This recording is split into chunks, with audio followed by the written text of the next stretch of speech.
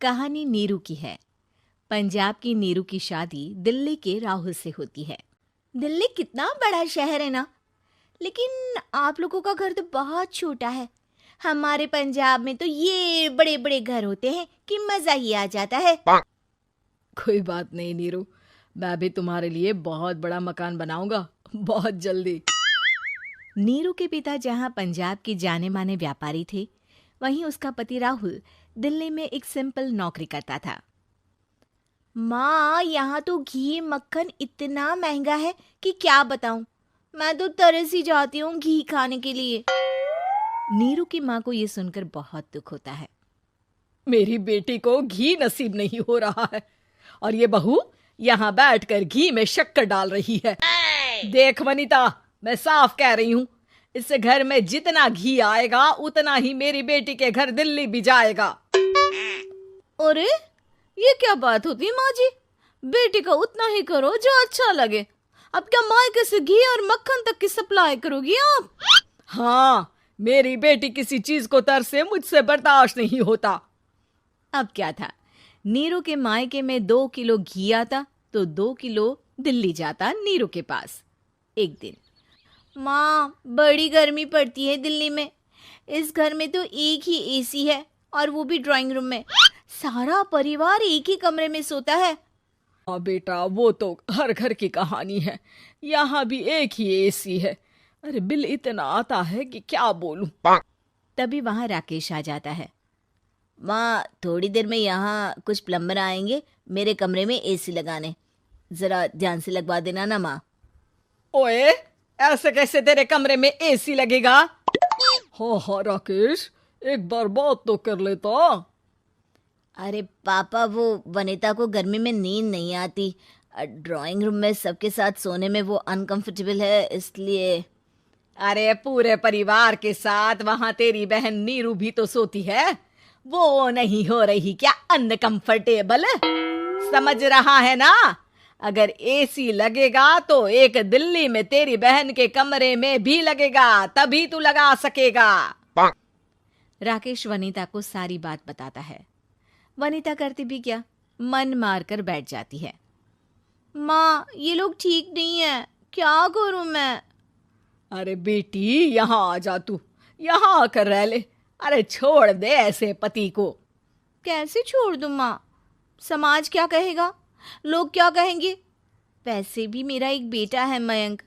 अरे हटा बेटा, तेरी उम्र ही क्या है? इतनी परेशान रहेगी तो काम कैसे चलेगा?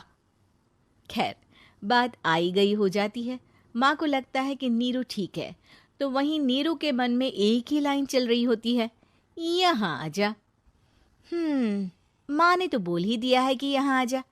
बस मयंक थोड़ा सा बड़ा हो जाए, इन गरीबों को छोड़कर मैं वापस माँ के पास ही चली जाऊंगी। वो इसी सोच में बाजार में चल रही थी कि मैम, आपका दुपट्टा जमीन को छू रहा है। नीरू जैसे ही उस लड़की की तरफ देखती है, देखती ही रह जाती है। हाय रे, कितना सुंदर लड़का है ये। अब क्या हुआ? मैंने कहा आपका दुपट्टा। तो खुद ही उठाकर दे दो ना। लड़का समझ जाता है कि नीरू उस पर फिदा हो चुकी है। वो उससे उसका नंबर लेकर चला जाता है। अब क्या था, नीरू और रोहित में लगातार बातें होने लगती है। मैं हरियाणा का रहने वाला हूँ, यहाँ एक बड़ी कंपनी का मैनेजर हूँ। अच्छा, और कितने बच्चे हैं तुम्हारे? बच्चे? अरे मेरी तो शादी भी नहीं हुई है। तुम बताओ, शादी करोगी? नीरू शर्मा जाती है। अब लेकिन मैं तो पहले से ही शादीशुदा हूँ। मुझे फर्क नहीं पड़ता, बस तुम शादी कर लो, भाग चलते हैं। बहुत पैसे वाला हूं मैं, हमेशा खुश रखूंगा तुम्हें। नीरू रोहित से मिलकर सारा प्लान बना लेती है और फिर एक दिन घर से भाग जाती है। दोनों शादी कर लेते हैं। शादी के बाद, क्या बात है नीरू, तुम्हें परेशान सा देखता हूँ, सब ठीक तो है ना? हाँ हाँ, सब ठीक है।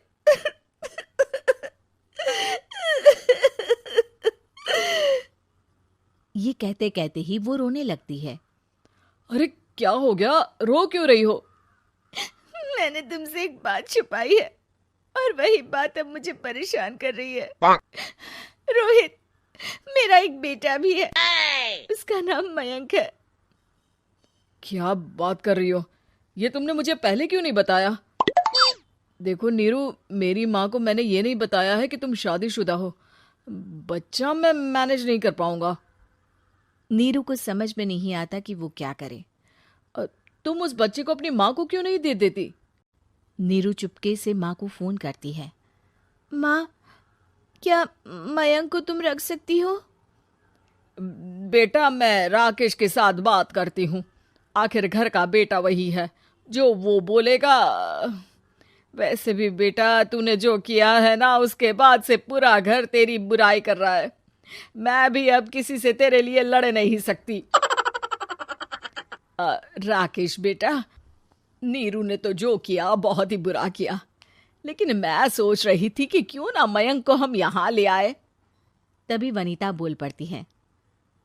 वाह जी, ऐसे कैसे यहाँ ले आए? यहाँ क्या भंडारा भरा है? और जिस बच्चे की माँ ने नहीं सोचा, उसके लिए हम क्यों सोचे? नीरू को एक बार तो अपने बच्चे के बारे में सोचना चाहिए था ना। अरे लेकिन तेरे पास भी तो लड़का नहीं है ना वनीता। माँ, वनीता ठीक बोल रही है। कल को वो बड़ा होकर इसी घर का हिस्सा मांगेगा तो हम क्या करेंगे? माँ कहती भी तो क्या, वो चुप रह जाती है। वहीं नीरू का पहला पति कहता है। माँ, अगर आज भी वो वापस आ जाए तो मैं उसे माफ कर दूंगा। बेटा, गरीबी चीज ही ऐसी है, क्या करेगा।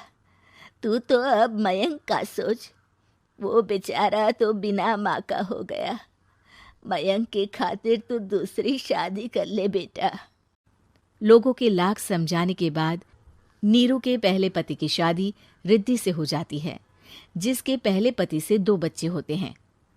देखो जी, मैंने शादी सिर्फ बच्चे के खातिर की है। मैंने भी शादी सिर्फ बच्चों के खातिर की है। वहीं नीरू के दूसरे पति के मन में ये बात घर कर जाती है कि नीरू एक मासूम बच्चे को उसके खातिर छोड़ कर आई है। अब देखो नीरू, मुझे लगता है कि जो औरत अपनी कोख का बच्चा छोड़ सकती है, वो तो कुछ भी कर सकती है। कल को तुम्हें मुझसे अच्छा कोई मिल गया तो तुम तो मुझे भी बाय बाय कर दोगी ना। नीरू को अब उसका दूसरा पति ताने देना शुरू कर देता है। तंग आकर नीरू उसकी यहाँ से भागकर अपने पहले पति के पास चली जाती है, लेकिन ससुराल में क्या लेने आई है नीरू, मयंक को? नहीं नहीं सासू माँ, मुझसे गलती हो गई, मुझे माफ कर दीजिए।